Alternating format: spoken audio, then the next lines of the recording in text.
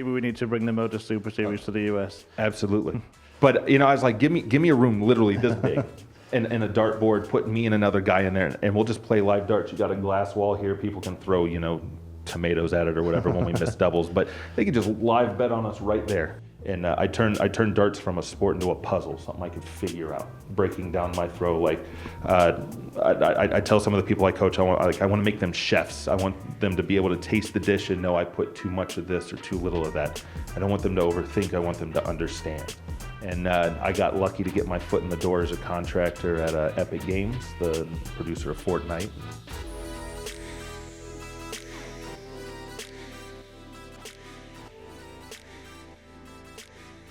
Welcome along to today's Tungsten Talk, and it features, all the way from the USA, Alex Spellman. Alex, welcome to the Tungsten Talk, welcome to the Super Series. We're going to have Paul Nicholson here as well to contribute. It's all about you, your life, your career, so take us back and tell us, where did darts come into your life? I didn't really start playing until 2008. I had a board growing up, but I think most Americans just have a board up, but we're just throwing at it. We don't necessarily know the rules, things like that. I don't know if they have them over here, but we had blind draw, blind pairs. So you just get a random partner. I just happened to be in the bar with my dad and uncle. They were odd. They needed an extra person. I was the only one willing to do it, and I did pretty decent. I made more money in that 2-hour span than I did working 8 hours at the grocery store, minimum wage in college. And so initially I stuck with it for the big money, the big $200 I made. It's an interesting point, isn't it, Paul, that he mentions about the US sort of approach to darts. You watch any sort of American TV show, someone's got a dartboard on the back of a door or something like that. I know you've always had an interest in darts in North America. When did you first hear of Alex? Well, it was a few years ago, and obviously when CDC darts and other American competitions were starting to be put on YouTube and streaming platforms, we were eager in this country to see what was happening in other countries. We didn't want to just watch PDC darts, we wanted to watch other stuff to see where people were coming from, and we wanted to get more information about people from other parts of the world. So when we were seeing more North American matches on YouTube, we were all just right on it. And immediately when we saw Alex's style, we thought, well, this guy's really good. He can't have been this good just overnight, so there must be a backstory. But it's really interesting what he's saying about, you know, being in the bar with his uncle and his dad, because it's the same with Chris Dobie. He didn't really want to play. He was at bingo, and then all of a sudden they were short, and they said, well, actually, will you fill in? Next thing you know, he's in the top 10 in the world. So these kind of things can happen. Yeah, I mean, it's great to stumble on a talent like that. How quickly did you know that you were good? I mean, I had no idea when they asked if I wanted to play league. I said, okay, I should probably start in like a B league or a C league to kind of get, you know, my feet wet a little bit. But they knew more than I did. I still remember hitting my first 180, and I apologized because I wasn't trying to hit it. We were playing cricket, but so I don't actually remember my first 180. I didn't think it was a big deal. I thought everybody did it all the time. So I honestly don't remember how good I was when I first started, because I didn't have that reference point that they might have over here. But it wasn't until about 2 years into playing I went to my first tournament. I just assumed they're all sharks. They're hitting whatever they want. But then when I realized that the majority in the room were below my level, that's when I realized, oh wait, I think I can do this. Another part of darts that doesn't really kind of capture the fans and even the players' imagination here is soft tip. Just tell us a little bit about your experiences with that. It's a fun break from the monotony of, you know, darts that you can sometimes have. It is a bit easier to play well because of the larger segments, but that means everybody can play better. So it can often be a little bit more difficult to win at a high level in soft tip than steel, just because, I mean, but for me, whether it's relevant or not, I've actually been getting tested for like autism or ADHD, things like that, because for me, if I'm playing really well, especially in soft tip, I almost kind of check out. If you hit 920s, then I hit 919s, and we just keep trading back and forth. The spectators think it's amazing, but for me, I'm like, can you like take a stab at my number, please? Can we move along? Like it's tough. I enjoy it when I'm in the mood for it. if I'm not in the mood for it, I just kind of go through the motions and I don't play very well. In fact, recently I pulled out of a lot of the leagues I was playing in because I felt like it was making me a worse player. Not the game itself, but when the majority of the games I was playing, my heart wasn't in it, and I'm showing up 5 minutes before it's time to play, and it's like, let's just get this over with. That was bleeding over into my competitive play. Is that familiar to you? You've tried your hand at soft tip, haven't you? Yeah, I love soft tip darts. It's a great break, like Alex says. When you predominantly play steel tip, there's a lot of pressure involved because someone said that steel tip is about what you miss, whereas actually soft tip is about what you miss, steel tip is about what you hit. They're two very different sports. But the thing is, soft tip is great fun because it's a little bit more interactive on a soul basis because you've got a computer spitting stuff at you, lights, sounds. It's very much a video game style of darts. It's great fun, but it's not the same as steel tip. We'll have to put it like that. Yeah. Seamless link there, because Paul's mentioned video games. Just tell us a little bit about what you do away from darts and your career and that type of thing. So went to college for computer information systems, and everywhere else kind of has a different name for it. I worked at, I don't think they have Lowe's Hardware over here, but it's just a hardware company. I worked for their corporate office doing IT work. Hated everything about it. So we actually bought a house in another, we always talked about, we want to make a change and then you just don't. So then we said, you know what, we bought a house in a city 2 hours away, and it's like, well, I better find a new job if I don't want to commute 4 hours. And I got lucky to get my foot in the door as a contractor at Epic Games, the producer of Fortnite, and some older games that some people might be familiar with, like Gears of War, Unreal Tournament, things like that. But started as a contractor, converted to a full-time after a year. I got there about 3 months before we released Fortnite. So I did IT work. I did a little bit of programming, not on the game itself, more on the IT side of things. But I was there for about 6 years, and I loved every second of it. Yeah, I could see you getting a bit excited there. You're going to be asking for some cheat codes and Maybe stuff. I will. I used to have a Gears of War Xbox, a special edition, so that's pretty cool for a nerd like me. Yeah. Back to darts. Is that the game that you fall in love with? It wasn't until COVID time when I could start treating the game a little bit different. I do a little bit of coaching, and I kind of let them know that, it's... just going to the board and throwing isn't really going to make you better, and I didn't really have the drive for it. I just played because I was competitive. But during COVID, a lot of people are scared to make changes because it's like, yeah, but I got the league finals next week. I got this big tournament. I've invested a lot of money and time. I don't want to let myself down, my teammates down. So it's hard to make that. Well, during COVID, everything was shut down. There was no tournaments to go to, so I didn't have to worry about making those changes. And I turned darts from a sport into a puzzle, something I could figure out, breaking down my throw. Like I tell some of the people I coach, I want to make them chefs. I want them to be able to taste the dish and know I put too much of this or too little of that. I don't want them to overthink. I want them to understand what they're doing. And that's what I did. And so from COVID period to now, the work worked. And I'm in a little weird spot right now where I'm trying to figure out what I want to do with the game, but I guess I fell in love with it when I turned it into a puzzle, something a game. Yeah, absolutely. Well, tell us about that success that you've had over in the US. A lot of play in the CDC, winning the Continental Cup in 2022. Just tell us about a few of the highlights. Like I said, that first 10 years, I'd just kind of go to the board, wing it, and I'd have some success. I'd throw a 80-something, then I'd throw a 50-something, right? I had no consistency. And so when I was comfortable, I played well. When I wasn't comfortable, I didn't play well. And usually it wasn't the opponent, it was my throw. And I know you've commented on it a couple times this week. But like I said, during COVID time, the United States is massive. The guys in the back room, when I talk about how I got to drive 8-9 hours to get to a tournament, or fly 2-3 hours, whatever it is. We'd end up in the sea, wouldn't we, if we did that? Yeah. But it's hard for us to play that consistent competition. Well, online darts became really popular during COVID. And now I got to play the best in the country every night if I wanted to. So instead of me waiting every 2 or 3 months to maybe go up against this guy and then you have all this pressure, I got to play them every night. And if I was terrible tonight, that's fine. I still have tomorrow. But you start to see the results of the work you're putting in. You start to believe in yourself, believe in the process, build that confidence. And I kind of rode that to its peak in 2023.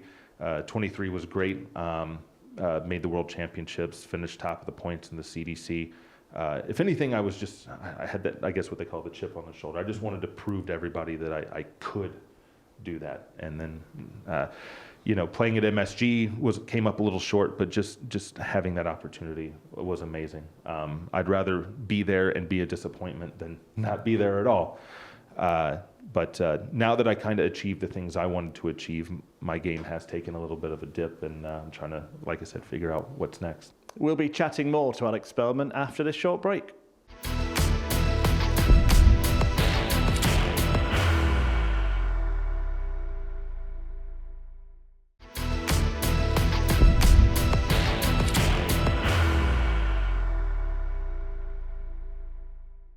Welcome back to the Tungsten Talk, where we are discussing darts stateside, in particular the life and career of our special guest, Alex Spellman. You mentioned the size of the US, but what is the depth of talent in darts over there? Is it a market that's waiting to explode? Definitely. Jason is probably one of those names that a lot of people watching don't know. Jason Brandon. Yes. I've considered him to be probably our most underrated player. Every time someone talks about the best players in North America, and every time that conversation gets brought up, I say that exact same thing. But we have, instead of having a couple guys that can come over and compete, I think for a while it was Larry and Darren every single year. But now it's been different guys almost every single time. And we've had Jim Long. I guess I always think about the United States. I always clump in Canada because I forget that well, of course, the same. Current champion is from Canada, isn't he, Jeff Smith? Yeah. You've seen, Jeff Smith and Jim Long and Campbell, and then you've got myself, Stowe Bunce, David Cameron, and Leonard Gates and Danny. I can list Adam off Savada, a dozen or more. Yeah. Those are names. Paul Lim's son, Chris Lim, is a great player. I know he's a little bit more known on the soft tip circuit, I think, but there's just we're just waiting for the opportunities. What are they waiting for, Paul? What needs to happen? It's a really good question, actually. I think we need a bigger footprint in the United States. It is a huge country, and this has been a problem for Australia as well, because if you go from coast to coast, it's a 4-hour flight. It's even bigger in the States. So if you go to Boston to San Diego, for instance, you're talking about 5 to 6 hours. Yeah. So you've got to be able to figure out what happens in clumps. Now, the East Coast of the United States predominantly has the best players. If we're going to count the likes of Tennessee with Jason Brandon, that's more towards the east than it is to the west. But then you got Texas with Leonard Gates, and then you go to West Coast where you've had players like Scott Kirchner and some others. It is predominantly the East Coast that is the best, but you need to try and engage the entire country. How you do that, I'm not 100% sure, but we need to find out how to do that over the coming years. Otherwise, this opportunity might be missed. You'll know from your time in Australia the commitment that's required financially, emotionally, and being away from your family and stuff to come and play. I mean, you were lucky you're from this country, but you'll have a lot of friends over there that will have really agonised over that kind of decision. Just give us an indication of, even just to come for a week at the Super Series, how much of a big decision that must be. It's difficult for Raymond Smith, isn't it? Because you've got to have the financial outlay for the flights. You've got to feed yourself when you're here. You've got to stay somewhere. If you haven't got the benefit of staying in someone's house, you've got to pay for accommodation. This is a big financial burden just before you've even thrown your first competitive dart. Now, not everybody's John Part, who was in the Premier League, and he was commuting over the Atlantic every single week. Imagine the frequent flyer miles he got from that campaign. Must have been sickening. But the fact is, not everybody's in that situation where they have that financial backdrop where they can take that risk. Some people play darts hand to mouth, and that's really hard. You don't want to be playing for a paycheck to pay for your mortgage. You want to play because you want to win. You don't want to think about the money. It's like poker players. They don't look at the money in front of them as money. That's a tool. When people come to darts, they want to play and not have that financial pressure. Before we come back to you, your achievements and plans, where would you like to see darts in the US in, say, 5 years' time? That's a good question, because like you said, it's how do you get everybody together. The West Coast, you mentioned, maybe they have a lot of good players, but maybe not the number of the level of quality that we have on the East Coast maybe not as matched, but I think that's just the opportunities. The CDC doesn't go out there, mostly because they're not able to yet. It would be great to have an actual true national tour to grab the talent from all over the U.S. It's a big travel burden, financial burden from the players on the West Coast. In 5 years, I'm hoping that we have a better youth infrastructure, or maybe, and when I say youth, I don't necessarily mean little kids, just some kind of structure to bring in newer players. The demographic for dart players in North America is still probably on the older end, a lot older than maybe what it is over here. But just getting that initial infrastructure so that we can have that prolonged success and not a short burst and then everybody ages out and start over again. I think there's one other thing that could be done here as well. We've seen the benefit in the past of ranking tournaments within the PDC helping people to have something to shoot for. Jason Brandon is a great example of this because he was at the 2009 US Open, which was won by Dennis Priestley. That was in Atlanta, Georgia. So if you have ranking tournaments in North America, so Canada and the US, and even other parts, because CDC go to South America now, they go to Chile, they go to the Caribbean. So I think if we have ranking tournaments more around the world and not just in places like Milton Keynes and Germany, it will grab the attention alongside the likes of MSG. I'm staying with this because it's interesting. Do you think maybe we need to get to a point where there are regional pro tours, so they could be a pro tour for North America being played almost simultaneously to one that's being played in Europe? Potentially, I've always said maybe the winner of, or maybe even if it's not the winner of the Continental Cup, because that's just one event, but maybe the top point getter of the CDC gets a tour card, because I feel like we're getting to that point where our quality is high enough to where I feel like if you're topping that table, you've proven that you have what it takes to come over here. But as you said, having those opportunities of playing these players more often. I mean, when I hear comments online about how you can't compete, they're comparing us to the top 10 guys, not the other 127. Yeah.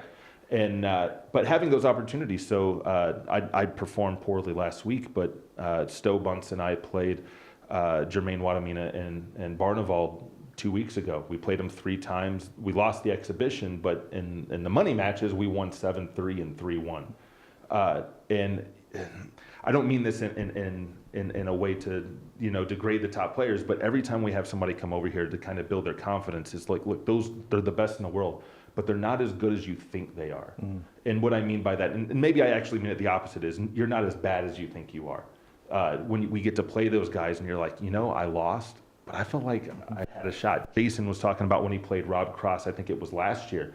And he's like, God, or maybe it was 2 years ago, but he felt he underperformed, and he felt like I could have won that match against a former world champion. And having more of those opportunities build your own personal confidence. You have attempted to get a PDC tour card. Just tell us a little bit about that experience. Yeah, the first year was more about the experience, just to gauge myself against the other players. I didn't perform as well as I wanted to. Maybe that was because I wasn't coming in with that goal of I'm going to get my card. I don't know. Or maybe if I did, maybe I would have performed even worse, because now I have the pressure of wanting to win a card. I came in last year.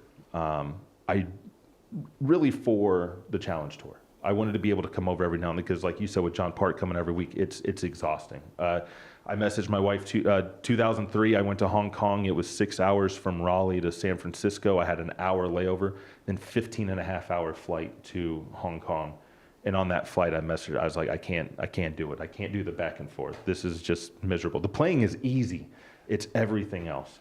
But then I'm not going to uproot her and make her move. Her sister's about to have a baby, and I want her to be with her family. So Challenge Tour is fine because it's every other month I get to still come over and play. I missed out on my tour. I think I needed to beat Matthew Dennett. Lost to him, I think 6-4. But I came close. I don't want my tour card, but if I earned it, I'm not going to say no, because you just never know if you have that opportunity again.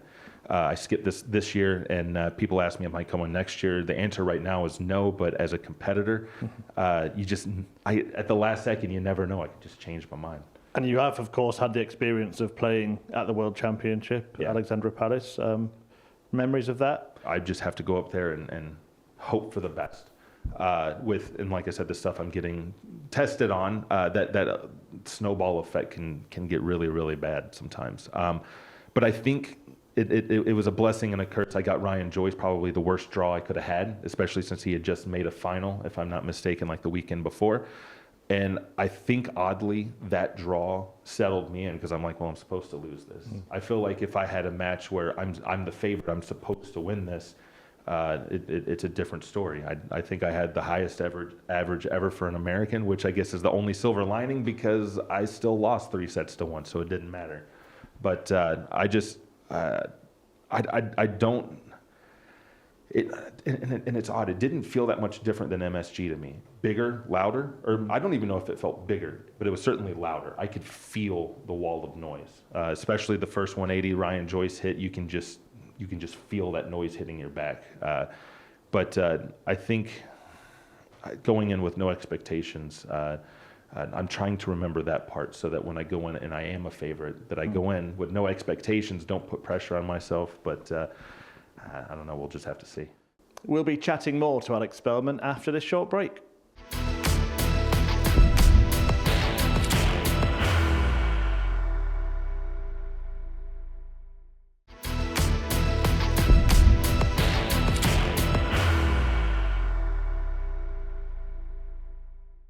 Welcome back to the Tungsten Talk, where we are discussing darts stateside, in particular the life and career of our special guest, Alex Spellman. With that in mind, I'm interested to know the approach then when you come here to the Super Series. Couple of semi-finals, obviously didn't probably go to plan in the international pairs with Jason Brandon. We're talking now in the middle of another appearance here, which maybe will be a successful one. How do you sort of rate this in terms of importance, and what is your mindset coming into these weeks? A recent rapid fire questions. They asked me what's my favorite tournament, and I said MODUS because it's not like I'm coming over here for a PDC event. I play poorly one match and then I'm done. I have a poor day. I get to figure out what did I do wrong, what did I do right, work on it the next day and the next day and so on. I haven't performed as well on Saturdays. I think I still haven't gotten used to the small crowd. The big crowd is easy. It just becomes white noise, or no crowd is easy. But that small crowd, I don't know. And they're right here. Do I pay attention to you? Do I not acknowledge you? Do I make eye contact? Do I not make eye contact? And it's just a bit more uncomfortable. Again, sometimes if my stress is good, I'm fine. If I'm not, I'm not. The one of the semifinals, I lost to Bradley Roos. He beat me, or I beat him all 3 times during the week, and then in the semifinal, I think I shot a 99 and lost 4-3. So I'm not going to be too upset about that. But hopefully, I have some issues this weekend. I feel like I'm playing poorly so far, but I'm still in the mix, and that's actually a good thing. That means if I pull it together, it's going to be that much. I don't want to say easier, but it'll just. For me, the game will feel much easier. It's interesting you mentioned about the crowd. We had Phil Taylor here recently, and he said the hardest sort of surroundings to play in front of is a smaller crowd because you hear everything. You can hear every conversation people are having.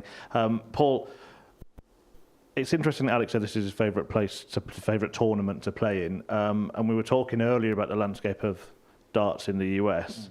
Something like this, is that going to be key to now in the future? Obviously this didn't exist here until 3 years ago or 5 years ago when it started in COVID, but is that going to be crucial to the future of any developing darting countries? Well, it is.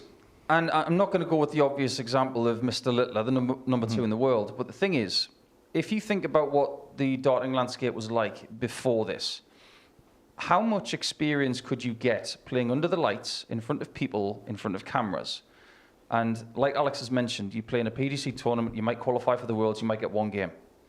If you're like Sto Bunce and you get into the Grand Slam and the Worlds, you might get a few games. So people were talking about the Grand Slam saying, you're going to get 3 games maximum or minimum. That's brilliant. You get more experience. Look at this. 15 games, albeit shorter format, Monday, Tuesday, Wednesday. By the end of the week, you've probably got the amount of experience that some people have got over 5 years. It's a bit like when online poker came in, isn't it? Because you used to play live tournaments in Vegas, go to the World Series, and you could be out in one hand. That kind of experience took 20 years. People like Doyle Brunson and Phil Hellmuth. But then when online poker became good, people fast-tracked their experience by playing more hands. People are playing more darts here, and they're improving quicker. That's the biggest thing, so it could have a huge effect. Maybe we need to start a campaign, and so rather than you coming over to the MODUS Super Series, maybe we need to bring the MODUS Super Series to the US. Absolutely. I know we have a casino not too far from it's a couple hours, not too far from my house, whatever. But I was like, give me a room literally this big, and a dart board, put me and another guy in there, and we'll just play live darts. You got a glass wall here, people can throw tomatoes at it or whatever when we miss doubles, but they can just live bet on us right there, But yes, the experience is there. The online darts back home, and anytime someone's like, I don't have steel tip in my area, it's get online, play. It's your best chance to get practice. Our Premier League and one of my sponsors, the DPFL League, we just had the live event with RVB and Wadamina, but we're playing best of 23. And it's got guys like Jason and myself in there. And otherwise, you're not otherwise getting that experience. But I would absolutely love to have this right here, right in my backyard. In my backyard, even if it's 6 hours away, that's still in my backyard. Come on, Pluto TV, let's make it happen. Yes. Look, we've spoken a few times during this conversation about kind of the future is unknown, isn't it, a little bit? But what would you like to happen in your darts career? I want to actually scale back some of, I don't want to say meaningless darts, but like the day job darts. And that's, okay, there's a little $14,000 tournament going on. Okay, I'm basically a travel agent now, where I have to figure out how much does it cost to get there, what's the money I can make, who are my partners, is the venue a half hour from the airport, because now I got to factor in Ubers, is the venue at a hotel, is it at a thing right down for it? But I still go, because if I don't go, that's a weekend without pay. During the week, I do coaching. Then I also still have to play leagues. It's almost too much. I'm doing it by choice to figure out what I like, what I don't like, what's worth my time, what's not. But I would like to be more involved with the development of the game itself, and then focusing on the high-end play. I think that'll give me more time to practice and work on my game. My inconsistencies come from not having that me time on the board. I'm kind of in maintenance mode here, which is why I have moments of playing really well and moments of not.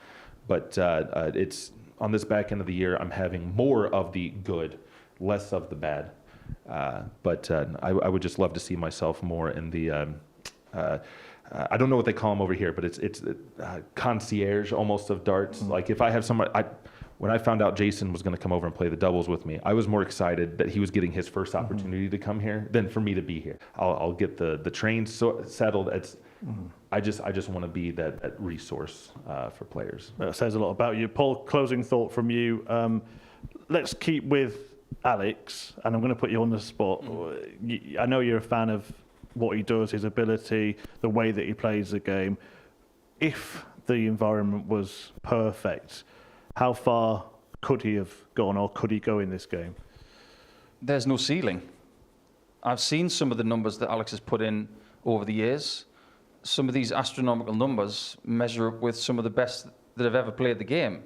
So I love the way he approaches the game. It is like a puzzle, and there are many, many things to juggle when you've got a career like his.